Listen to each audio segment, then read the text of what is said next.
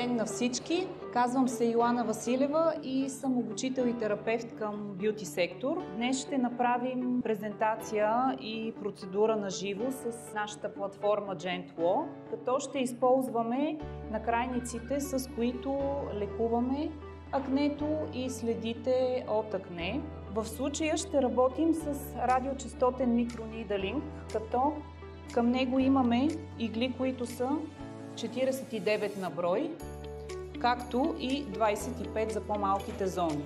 Тези игли, с които днес ще работим, са с радиочестота, която протича по цялата дължина на игличката, за да можем успешно да успокоим акнето и последващата негова поява. Сама по себе си радиочестотата има антибактериални свойства, така че много хубаво, бързо, лесно се работи с нея и акнето се успокоява веднага след първата процедура. Следващата технология, която е съчетана с радиочестотният микронидълинг, е ионната плазма, която повишава абсорбацията на кожата с 466% за последващи ампули, серуми и мезотерапии, които можем да използваме по време на процедурата.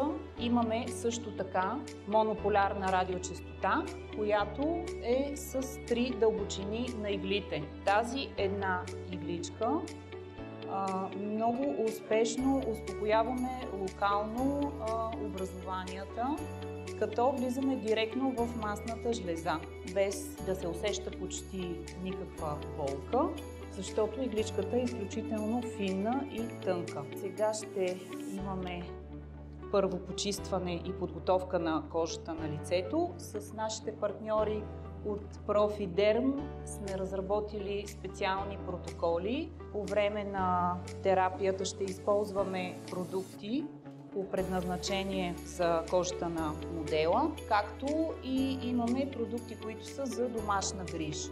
Днес ще работим с 49 иглички, които са неизолирани. По цялата дължина на игличките протича радиочестота и с този вид игли третираме акне. Другите иглички, с които разполагаме, са неизолирани. Те са повече за финни линии и освежаване на епидермис, както и за по-млади клиенти. На връхчето на иглата протича радиочестота. Това е разликата между изолираните и неизолираните игли. Радиочестотният микронидълинг има дълбочина от 0,5 мм до 3,5 мм, като най-голямата дълбочина ще използваме за работа върху белези и стрии, които се намират по тялото. В момента, в който вземем накрайника, той дава индикация, че можем да стартираме с работата. С помощта на педалче изкарваме игличките. Винаги започваме от долната част на лицето. Работим с леко презастъпване и можем да си позволим да повторим още веднъж. Добре ли си? Какво усещаш? Леко боцване. Няма опойка, иглите са изключително финни и тънки и не е необходимо да се използва опойка, когато работим с по-малката дълбочина и съответно с не толкова висока енергия. Имаме леко зачервяване, което всъщност следим и очакваме да видим.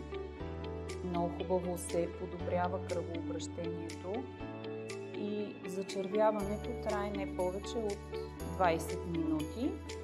Тук в случая ще успокоим кожата с една специална ампула, която ще използваме. Тя е на основата на пептиди и има за цел да проникне по-дълбоко в кожата и да я успокои след самата манипулация. Вече сме готови с радиочестотния микронидълинг. Усещаме кожата топличка, все едно има лека температура, енергията е вътре в подкожието и започва да действа. Започва да се образува колаген.